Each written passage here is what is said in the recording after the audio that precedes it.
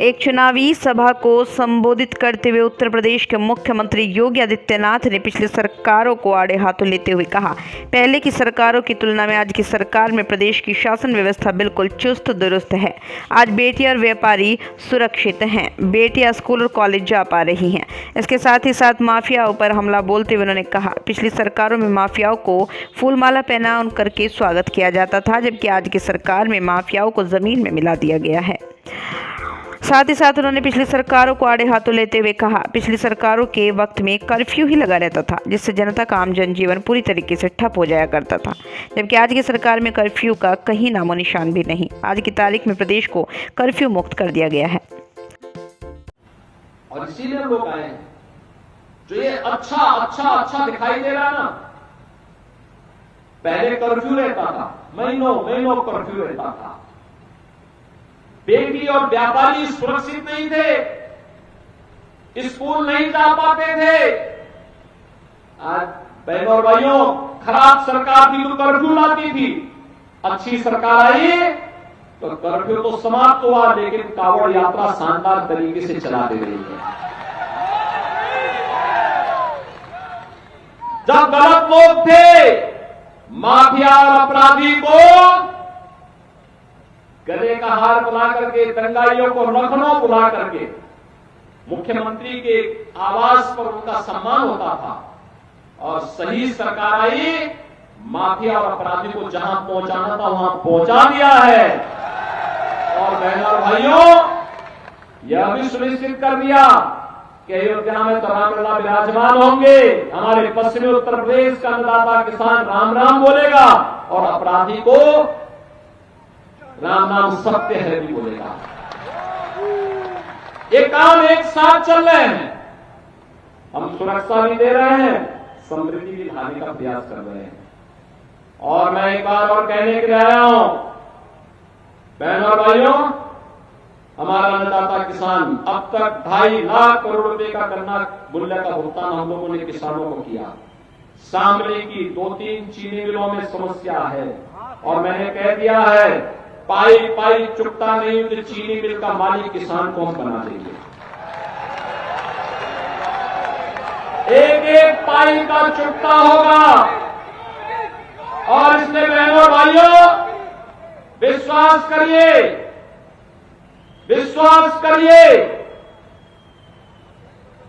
जब हम लोग आए थे 115 चीनी मिलें भी नहीं चल रही थी।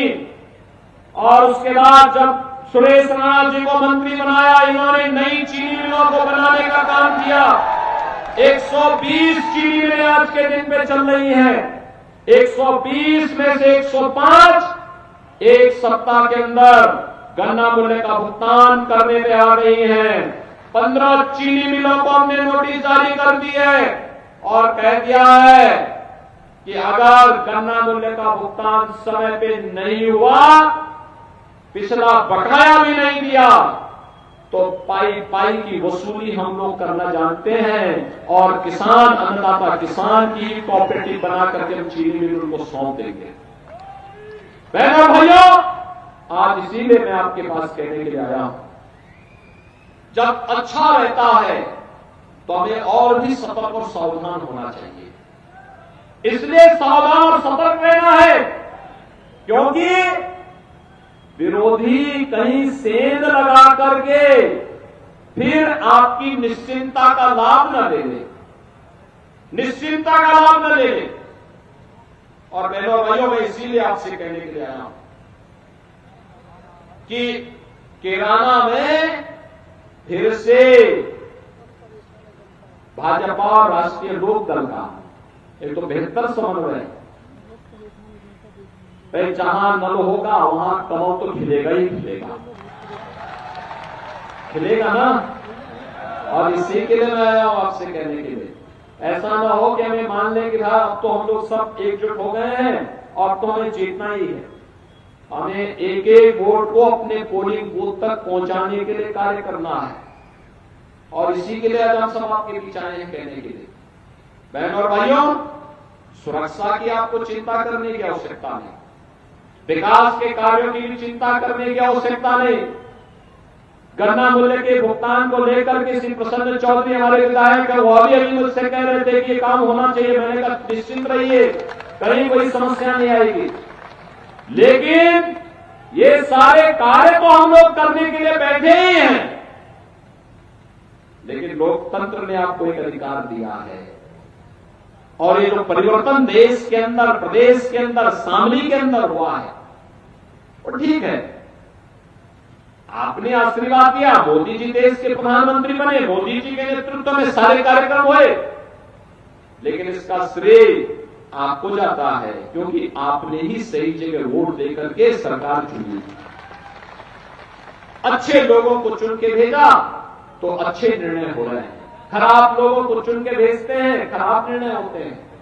ये माफिया और अपराधी बहनों भाइयों किसी के नहीं होते, किसी के नहीं होते। ये लोग लगातार अराजकता पैदा करते हैं, शोषण करते हैं, गुंडागिरी करते हैं, बेटी और व्यापारी की सुरक्षा को खतरा पैदा करते हैं, युवाओं के जीवन को तबाह करते हैं, अन्नदाता किसानों को और गरीबों के घरों में डकैती डालने का काम करते हैं। ये डकैती डालने की छूट इनको नहीं दी जा सकती है, और इसीलिए मैं आज आपकी पहले फिर से आया हूं।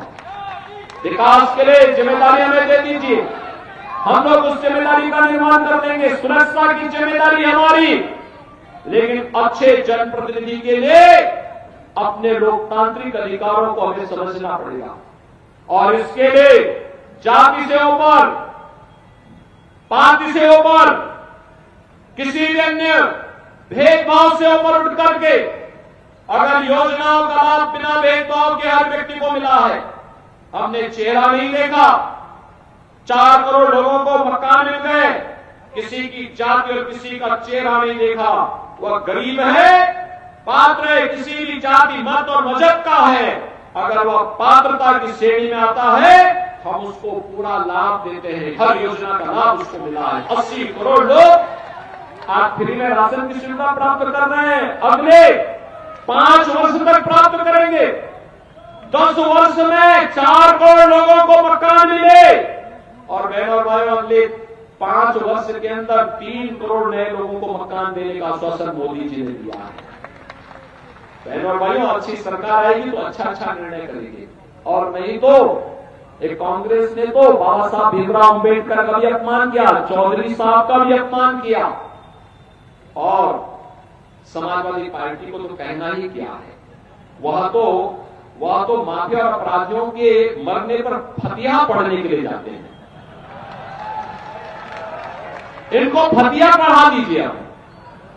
आपका एक वोट इसके लिए इनको सही जगह पहुंचा देगा, और इसीलिए मैं आज आया हूं आपसे कहने के लिए बहनों और भाइयों कि कैराना के पलायन को, जिन लोगों ने कैराना वासियों को पलायन करने के लिए मजबूर किया था, हम लोगों ने उनको इस धरती से पलायन कर दिया।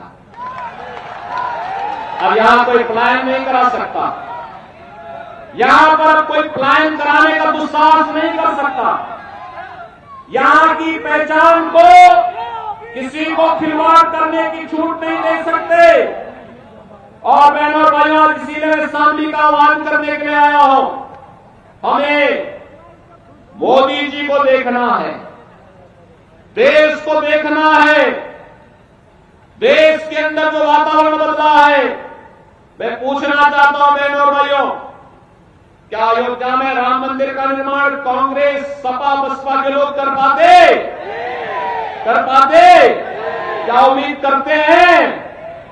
कल रामनवमी भी है, यहां पे हमारे जो पूर्वज हैं, तब से किसी भी जाति, मत और मजहब का व्यक्ति है, आपसी संबोधन में क्या बोलते थे? राम राम भैया, राम राम जी, यही तो बोलते हैं ना, यही तो बोलते हैं।